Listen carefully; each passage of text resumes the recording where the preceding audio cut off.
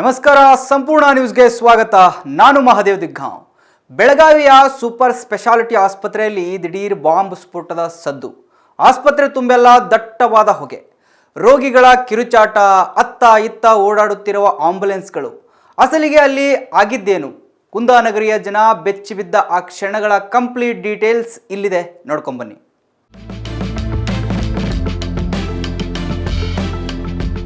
ಬೆಳಗಾವಿಯ super speciality ಆಸ್ಪತ್ರೆಯಲ್ಲಿ ನಿನ್ನೆ ಮಧ್ಯಾಹ್ನ ದಿಢೀರ್ ಬಾಂಬ್ ಸ್ಫೋಟದ ಸದ್ದು. ಆಸ್ಪತ್ರೆ ತುಂಬೆಲ್ಲ ದಟ್ಟವಾದ ಹೊಗೆ, ರೋಗಿಗಳ ಕಿರುಚಾಟ, ಅತ್ತ ಇತ್ತ ಓಡುತ್ತಿರುವ ಆಂಬ್ಯುಲೆನ್ಸ್ಗಳ ಸದ್ದು. ಅಯ್ಯಯ್ಯೋ, ಅಸಲಿಗೆ ಅಲ್ಲಿ ಆಗಿದ್ದೇನು? ಕುಂದಾನಗರಿಯ ಜನ ಬೆಚ್ಚಿಬಿದ್ದ ಆ ಕ್ಷಣಗಳ ಕಂಪ್ಲೀಟ್ ರಿಪೋರ್ಟ್ ಇಲ್ಲಿದೆ. ಬೆಳಗಾವಿ ಜಿಲ್ಲಾಸ್ಪತ್ರೆ ರಣರಂಗದಂತೆ ಭಾಸವಾಗಿತ್ತು. ದಿಢೀರನೆ ಆಸ್ಪತ್ರೆಯ ಒಂದು ಭಾಗದಲ್ಲಿ ದಟ್ಟವಾದ ಹೊಗೆ ಆವರಿಸಿಕೊಂಡಿತು. ರೋಗಿಗಳು ಮತ್ತು ಸಂಬಂಧಿಕರು ಜೀವ ಉಳಿಸಿಕೊಳ್ಳಲು ಬಾಯಿ ಬಳುಕೊಳ್ಳುತ್ತಾ ಹೊರಗೆ ಓಡಲಾರಂಭಿಸಿದರು. ಇನ್ನು ಭಯೋತ್ಪಾದಕರು ಬಾಂಬ್ ದಾಳಿ ನಡೆಸಿದೆಯೋ ಎಂಬ ಭೀತಿ ಕ್ಷಣಕಾಲ ಎಲ್ಲರಲ್ಲೂ ಆವರಿಸಿತ್ತು. ಕೇವಲ ರೋಗಿಗಳು ರಕ್ತಸಿಕ್ತವಾಗಿ ಬಿದ್ದಿದ್ದರೆ ಆಸ್ಪತ್ರೆ ಸಿಬ್ಬಂದಿಗಳು ದಿಕ್ಕು ತೋಚದೆ ಗಾಬರಿಗೊಂಡ ಸನ್ನಿವೇಶ ಸೃಷ್ಟಿಯಾಯಿತು.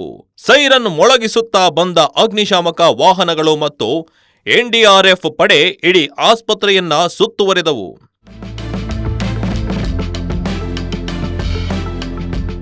ಹಾಗಂತ ಇದೆಲ್ಲ ನಿಜವಾಗಿಯೂ ನಡೆದಿದ್ದಲ್ಲ. ಸಾರ್ವಜನಿಕರ ಜೀವ ರಕ್ಷಣೆಗಾಗಿ ಹಮ್ಮಿಕೊಂಡಿದ್ದ ಟ್ರಯಾನ್ ಮಾಕ್ ಡ್ರಿಲ್, ತುರ್ತು ಪರಿಸ್ಥಿತಿಯಲ್ಲಿ ರಕ್ಷಣೆ ಕಾರ್ಯ ಹೇಗಿರಬೇಕು ಎಂಬುದನ್ನ ತೋರಿಸುವ ಅಣುಕು ಪ್ರದರ್ಶನ. ಅಗ್ನಿಶಾಮಕ ದಳದ ಮಾರ್ಗದರ್ಶನದಲ್ಲಿ ರೆಡ್ ಕ್ರಾಸ್, ಸಿವಿಲ್ ಡಿಫೆನ್ಸ್ ಹಾಗೂ ಹೋಮ್ ಗಾರ್ಡ್ಸ್ಗಳ ಸಹಯೋಗದಲ್ಲಿ ಈ ಡ್ರಿಲ್ ಮಾಡಲಾಯಿತು. ಸಿಬ್ಬಂದಿಗಳು ಉಸಿರಾಟ ರಕ್ಷಣೆ ಸಾಧನ ಧರಿಸಿ ಹೊರಗೆ ತುಂಬಿದ ಕೊಠಡಿಗಳೊಳಗೆ ನುಗ್ಗಿ ರೋಗಿಗಳನ್ನ ರಕ್ಷಿಸುವ ಸಾಹಸ ತೋರಿಸಿದರು. ಗಾಯಗೊಂಡವರನ್ನ ತಕ್ಷಣ ಸ್ಥಳಾಂತರಿಸುವುದು, ಸ್ಥಳದಲ್ಲೇ ಪ್ರಥಮ ಚಿಕಿತ್ಸೆ ನೀಡುವ ಕಾರ್ಯವನ್ನ ನೈಜವಾಗಿ ಪ್ರದರ್ಶಿಸಿದರು.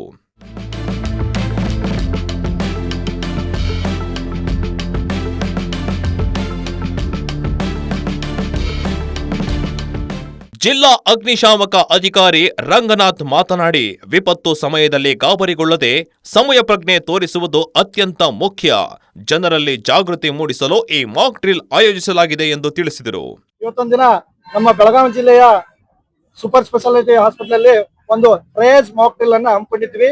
ಇದು ಹಮ್ಮಿಕೊಳ್ಳಿಕ್ಕೆ ಕಾರಣ ಏನಪ್ಪಾ ಅಂದ್ರೆ, ನಮ್ಮ ಮುಖ್ಯ ಕಚೇರಿಯಿಂದ ಆದೇಶ ಇತ್ತು. ಏನಪ್ಪಾ ಅಂತಂದ್ರೆ, ನಿಮ್ಮ ಒಂದು ಜಿಲ್ಲೆಯಲ್ಲಿರುವಂತಹ ಜಿಲ್ಲಾ ಆಸ್ಪತ್ರೆಗಳಲ್ಲಿ ರೆಡ್ ಕ್ರಾಸ್ ಸಂಸ್ಥೆಗಳ ಸಂಯೋಗದಲ್ಲಿ, ನಂತರ ಸಹ ನಿಗಮ ಮತ್ತು ಸಂಸ್ಥೆಗಳ ಅಡಿಯಲ್ಲಿ ಏನಪ್ಪಾ ಅಂದ್ರೆ ಒಂದು ಟ್ರಯೇಜ್ ಡ್ರಿಲ್ ಅನ್ನ ಮಾಡಬೇಕು ಅನ್ನೋಂಥದ್ದು ಹೇಳಿದ್ರು. ಇದು ಕಾರಣ ಏನಪ್ಪಾ ಅಂದ್ರೆ, ಮುಂದೆ ಯಾವ್ದಾದ್ರು ಒಂದು ವಿಪತ್ತು ಸಂಭವಿಸಿದಾದಲ್ಲಿ ನ್ಯಾಯ ಇಲಾಖೆದವರು ಮತ್ತು ಜನರ ಒಂದು ಪ್ರಾಣ ರಕ್ಷಣೆ ಮಾಡೋದು, ಆಸ್ತಿ ರಕ್ಷಣೆ ಮಾಡುವಂತದ್ದು ಮತ್ತು ಜನರಿಗೆ ಮುನ್ನೆಚ್ಚರಿಕಾ ಕ್ರಮಗಳನ್ನ ಏನ್ ಮಾಡ್ಬೇಕು ಅನ್ನುವಂಥದ್ದು ಇದರ ಉದ್ದೇಶ ಆಗಿತ್ತು. ಹಾಗಾಗಿ ಮುಖ್ಯ ಕಚೇರಿ ಆದೇಶ ತಕ್ಕಂತೆ ಇವತ್ತೊಂದು ದಿನ ನಾವು ಹೋಮ್ ಗಾರ್ಡ್ ಡಿಪಾರ್ಟ್ಮೆಂಟ್, SDRF ಮತ್ತು ರೆಡ್ ಕ್ರಾಸ್ ಸಂಸ್ಥೆಗಳು, ಎಲ್ಲ ಸಿವಿಲ್ ಡಿಫೆನ್ಸ್ ಎಲ್ಲರೂ ಸೇರ್ಕೊಂಡು ಇವತ್ತೊಂದಿನ ಜಿಲ್ಲಾ ಆಸ್ಪತ್ರೆಯಲ್ಲಿ ಒಂದು ಟ್ರಯೇಜ್ ಮಾಕ್ ಡ್ರಿಲ್ ಅನ್ನ, ಅಣುಕು ಪ್ರದರ್ಶನ ಹಮ್ಮಿಕೊಂಡಿದ್ವಿ. ಇಲ್ಲೇ ನಾವು ಬೆಳಗ್ಗೆನೆ ಬಂದು ಈ ಆಸ್ಪತ್ರೆನ ಪರಿಶೀಲನೆ ಮಾಡ್ಕೊಂಡು ಹೋಗಿದ್ದೀವಿ. ಎಲ್ಲೇ ನಾವು ಯಾವ ರೀತಿ ಬೆಂಕಿಯನ್ನ ಎಲ್ಲಿ ಅಂದ್ರೆ ಜನರಿಗೂ ತೊಂದರೆ ಆಗಿರ್ಬಾರ್ದು, ಪೇಷಂಟ್ ಗಳಿಗೆ ಅಂತ ಒಂದು ಸ್ಥಳನ ಗುರುತಿಸಿ ಅಲ್ಲಿ ಬಗೆ ಬರುವಂತ ಒಂದು ಸೀನ್ ಅನ್ನ ಕ್ರಿಯೇಟ್ ಮಾಡಿದ್ವಿ. ಜೊತೆಗೆ ಒಂದು 7-8 ಜನ ಪೇಷಂಟ್ ಗಳನ್ನ ಕ್ರಿಯೇಟ್ ಮಾಡಿದ್ವಿ. ನಂತರ ಡಾಕ್ಟರ್ಗಳು ಏನಪ್ಪಾ ಅಂದ್ರೆ ಅವರಿಗೆ ಪ್ರಥಮ ಚಿಕಿತ್ಸೆ ನೀಡಲಿಕ್ಕೆ ಅವ್ರನ್ನ ರೆಡಿ ಮಾಡಿದ್ವಿ. ಆಂಬುಲೆನ್ಸ್ ಗಳನ್ನ ರೆಡಿ ಮಾಡ್ಕೊಂಡಿದ್ವಿ, ಫೈರ್ ಡಿಪಾರ್ಟ್ಮೆಂಟ್ ರೆಡಿ ಮಾಡ್ಕೊಂಡಿದ್ವಿ, ಹೋಮ್ ಡಿಪಾರ್ಟ್ಮೆಂಟ್ ರೆಡಿ ಮಾಡ್ಕೊಂಡಿದ್ವಿ, ಅಂದ್ರೆ ವೆಹಿಕಲ್ ವಿತ್ ಸಿಬ್ಬಂದಿಗಳನ್ನ ರೆಡಿ ಮಾಡ್ಕೊಂಡಿದ್ವಿ. ತದನಂತರ ನಾವು ಸುಮಾರು 4 ಗಂಟೆಗೆ ಈ ಒಂದು ಅಣುಕು ಪ್ರದರ್ಶನ ಪ್ರಾರಂಭಿಸಲಾಯಿತು. ಆಸ್ಪತ್ರೆಯ ಬಲಭಾಗದ ಒಂದು ಕಿಟಕಿಯಲ್ಲಿ ಏನಪ್ಪಾ ಅಂದ್ರೆ ಹೊಗೆ ಬರುವಂತಹ ಸನ್ನಿವೇಶ ಕಾಣುತ್ತೆ. ತತ್ಕ್ಷಣ ಬೆಂಕಿಯಲ್ಲಿ ಅಲ್ಲಿರುವಂತಹ ಪಬ್ಲಿಕ್ ಸಹ ಬೆಂಕಿ ಆಗಿದೆ ಅಂತ ಕೂಗ್ತಾ ಇರುವಂತಹ ಸೀನ್ ಕಾಣುತ್ತೆ. ತಕ್ಷಣ ಅಗ್ನಿಶಾಮಕ ಇಲಾಖೆದವರಿಗೆ ಕರೆಯನ್ನು ನೀಡಲಾಗ್ತದೆ. ಅಗ್ನಿಶಾಮಕ ಇಲಾಖೆದವರು ಸುಚಿತವಾಗಿ ವಾಹನ ಸಮೇತ ಬಂದು ಓಸನ್ನ ಹಾಕಿ ಆ ಬೆಂಕಿ ಆಗಿರುವಂತಹ ಸ್ಥಳಕ್ಕೆ ನೀರನ್ನು ಸಿಂಪಡಿಸುವ ಮೂಲಕ ಬೆಂಕಿ ಆರಿಸುವಂತ ಕೆಲಸ ಮಾಡ್ತಾರೆ.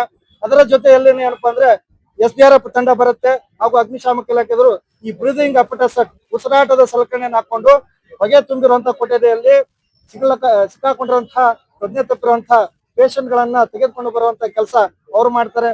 ಜೊತೆಯಲ್ಲಿ ಏನಪ್ಪಾ ಅಂದ್ರೆ, ಈ ಭಯೋತ್ಪಾದಕರು ಒಂದು ಬಾಂಬ್ ಅಟ್ಯಾಕ್ ಮಾಡಿದಾಗ ಈ ಹೋಮ್ ಗಾರ್ಡ್ ಡಿಪಾರ್ಟ್ಮೆಂಟ್ ಸಹ ಅದನ್ನ ಪಟಾಕಿ ಅಟೋಮ್ ಬಾಂಬ್ ಹೊಡೆಯುವ ಮೂಲಕ ಒಂದು ಬಾಂಬಿನ ಸೌಂಡ್ ಕೇಳುವ ಹಾಗೆ ಪಟಾಕಿನ ಹಾರಿಸಿ ಅಲ್ಲಿರುವಂತಹ ಒಂದು 7-8 ಜನ ಕೊಲಾಪ್ಸ್ ಆಗಿ ಬೀಳ್ತಾರೆ. ಅವ್ರನ್ನೂ ಸಹ ಏನಪ್ಪಾ ಅಂದ್ರೆ ರಕ್ಷಣೆ ಮಾಡಿ ತತ್ಕ್ಷಣ 1 ಬಿಟ್ಟು 3 ಆಂಬುಲೆನ್ಸ್ ಗಳನ್ನ ಸಹ ನಾವು ಈ ಒಂದು ಅಣುಕು ಪ್ರದೇಶದಲ್ಲಿ ಬಳಸ್ಕೊಂಡಿದ್ದೀವಿ. ಯಾವ್ಯಾವ ರೀತಿ ಆಂಬುಲೆನ್ಸ್ ಬರ್ತದೆ, ಜೊತೆಗೆ ಟ್ರಯಾಜ್ ಪ್ರಥಮ ಚಿಕಿತ್ಸೆಯನ್ನ ಆಸ್ಪತ್ರೆ ಸಿಬ್ಬಂದಿ ಬಹಳ ವ್ಯವಸ್ಥಿತವಾಗಿ ನಡೆಸಿಕೊಟ್ಟಿದ್ದಾರೆ. ಮೈನರ್ ಇಂಜರಿಗೆ ಬ್ಯಾಂಡೇಜ್ ಹಚ್ಚಿದ್ರೆ, ಸೀರಿಯಸ್ ಇಂಜುರಿ ಆದಂತವ್ರನ್ನ ತತ್ಕ್ಷಣ ತುರ್ತು ಚಿಕಿತ್ಸೆ ನೀಡಬೇಕಾಗಿರೋದ್ರಿಂದ ಆಂಬುಲೆನ್ಸ್ ಹಾಕಿ ಶಿಫ್ಟ್ ಟು ಅನದರ್ ಹಾಸ್ಪಿಟಲ್ಗೆ ಕಳಿಸುವಂತ ವ್ಯವಸ್ಥೆ ಆಂಬುಲೆನ್ಸ್ ಮೂಲಕ ಮಾಡಲಾಯಿತು. ಸುಮಾರು ಒಂದು 8 ರಿಂದ 10 ಪೇಷಂಟ್ ಗಳನ್ನ ನಾವು 3 ಆಂಬುಲೆನ್ಸ್ ನಲ್ಲಿ ಸೀರಿಯಸ್ ಇರೋದ್ರಿಂದ ಬೇರೆ ಆಸ್ಪತ್ರೆಗೆ ಸಾಗಿಸುವಂತ ಕೆಲಸ ಮಾಡಿರ್ತೀವಿ. ಇದರಿಂದ ಏನಪ್ಪಾ ಅಂತಂದ್ರೆ ಜನರು ಮುಂಜಾಗ್ರತೆ ಆದಾಗ ಏನ್ ಮಾಡಬೇಕು, ಪ್ಯಾನಿಕ್ ಆಗಬಾರ್ದು. ಆದಾಗ ಯಾವ ಇಲಾಖೆಗಳು ಯಾವ ರೀತಿ ತಮ್ಮ ಕೈ ಜೋಡಿಸಿ ತಮ್ಮ ಕರ್ತವ್ಯವನ್ನು ನಿರ್ವಹಿಸ್ತವೆ, ಜೀವದ ಹಂಗ ತೊರೆದು ಕೆಲಸ ಮಾಡ್ತವೆ ಅನ್ನುವಂಥದ್ದು ತೋರಿಸುವಂತದ್ದು.